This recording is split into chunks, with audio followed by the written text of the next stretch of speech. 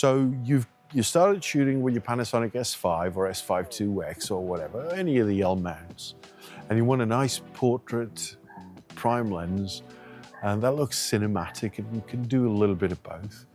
And this lens keeps showing up everywhere. It's everywhere. Any advert you see, I'm always seeing this. And I'm here to see if it was a good purchase. I bought this lens. Meike didn't send me anything. And I'm going to give you my honest opinion. I mean, it's the end of the day. I'm a little bit tired. I do this after work.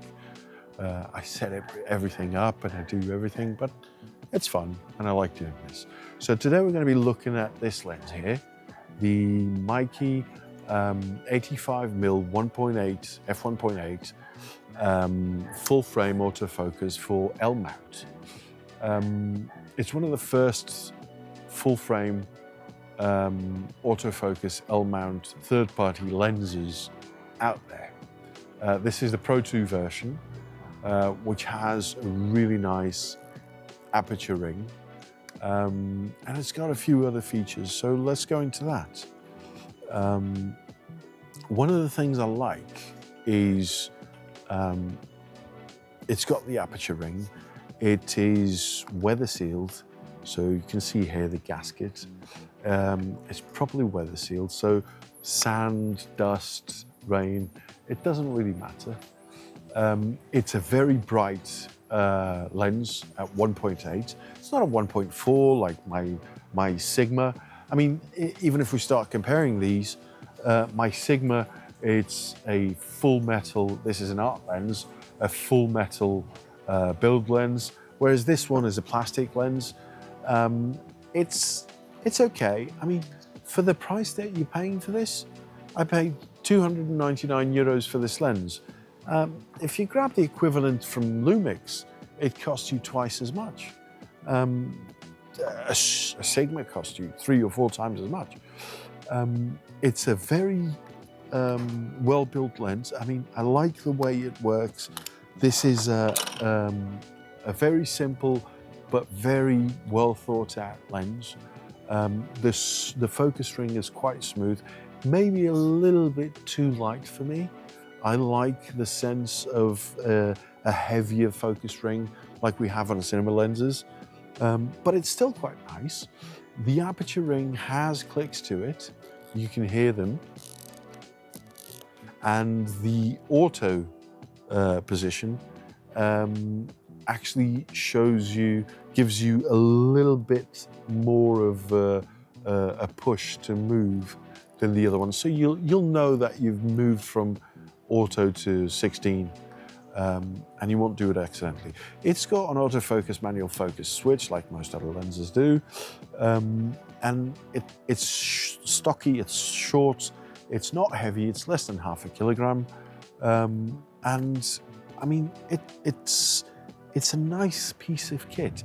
I've always loved 85mm. It's my favorite portrait focal length. I also like it for landscapes. It's a nice lens for landscapes. Not many people like using 85mm on landscapes, but I think it's quite nice.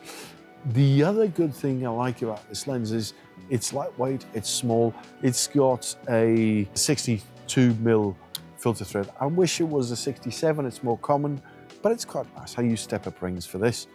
But it works quite well. I mean, it has some cons. It's plasticky. It's one thing gets on my nerves. I mean, the rear end cap doesn't go left to unscrew. You have to go right to unscrew, which is exactly the opposite as any other lens I've seen. And it gets to me sometimes. It has no stabilization, but I mean, at this price, at 300 euros, you're going to be hard pressed to find anything with stabilization. It has a little bit of focus breathing. It doesn't pull out, but it has a little bit of focus breathing when you're filming, and filmmakers don't generally like that. It's not much, but it's enough to get on your nerves sometimes. And the autofocus isn't as good as the Lumix native lenses. I mean, if you get the equivalent of Lumix, you're gonna have to pay about twice as much on this. So I'm pretty happy with this. I use this for still photography. I use this for slow moving film, and it doesn't really impact me, the fact that the zoom, the focus is slower. There is some chromatic aberration when it's wide open at 1.8, but it's only on the edges and it's not serious. It's a little bit. And apart from that, I think it's a great lens. I keep this on my bag every single day, apart from when I'm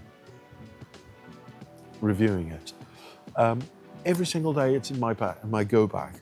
And I keep swapping lenses. I use my Sigmas, I use my Lumixes, I use my Cine lenses, but this one's always there, always. Anytime I want to take a portrait of someone, bam, there it is. It's not flawless, no, really not. But it's an honest piece of glass. It's lightweight, it's sharp enough, and it's got beautiful bokeh. It's got a tactile control for that aperture ring, which I love, and it helps a lot. And it makes it good for me. I like it. If you're thinking about picking one of these up, look down in the description. You'll find a nice affiliates link for me.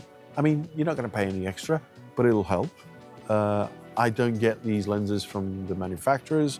I don't get any of my gear from the manufacturers. These are all honest opinions. I'm not influenced by anyone. So your affiliate link purchases are going to help me out, and they're going to help me do this. And if you want to see this in the next, if you want to see this with a review with a Cine Bloom diffusion filter, I'm going to try this. I bought this filter a couple of weeks ago. It's a 20% black filter, and I think it's interesting, and it's going to pair well with this. I've got another 2 filters I want to test. And again, black filters, black mist filters, a half filter and 1 filter from Walking Way. So come back and have a look at that. Thanks.